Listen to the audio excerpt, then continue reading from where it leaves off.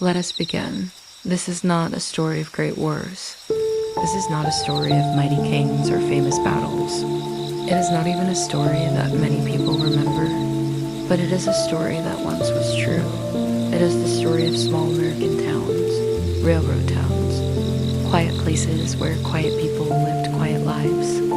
In the wide flatlands of Kansas, Nebraska, and the great Midwest, there were once many such towns.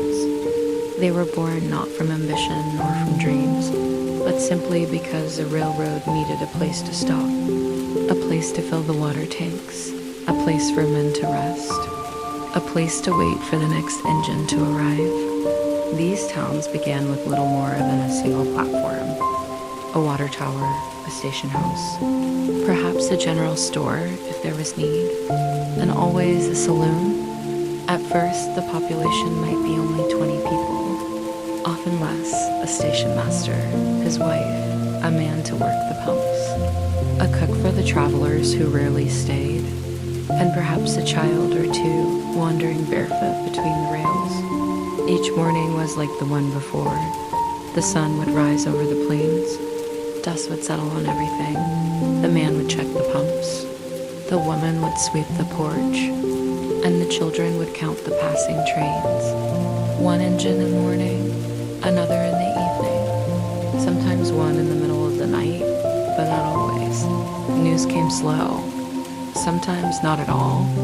A telegraph might click and tap, bringing word from Chicago or St. Louis, but often there was silence.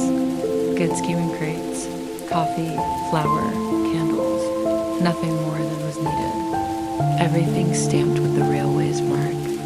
On Sundays, nothing happened. People sat quietly.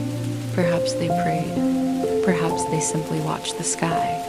Children grew up knowing the sound of trains more than the sound of cities. They played in the dirt. They learned to mend fences. They learned to pump water for the engines. Life was slow and sometimes hard, but it was the life they had. There were marriages. A station master's daughter might wed a railman from another town. There were births, and there were deaths, often written in ledgers no one reads today. A fever might come through in winter. A storm might tear down the water tower, but the trains would always come again. And so the people stayed. Years passed this way, quietly, unnoticed by the larger world. But then came the automobile, the highway, the airplane. The need for these small towns began to fade. Engines no longer needed so much water.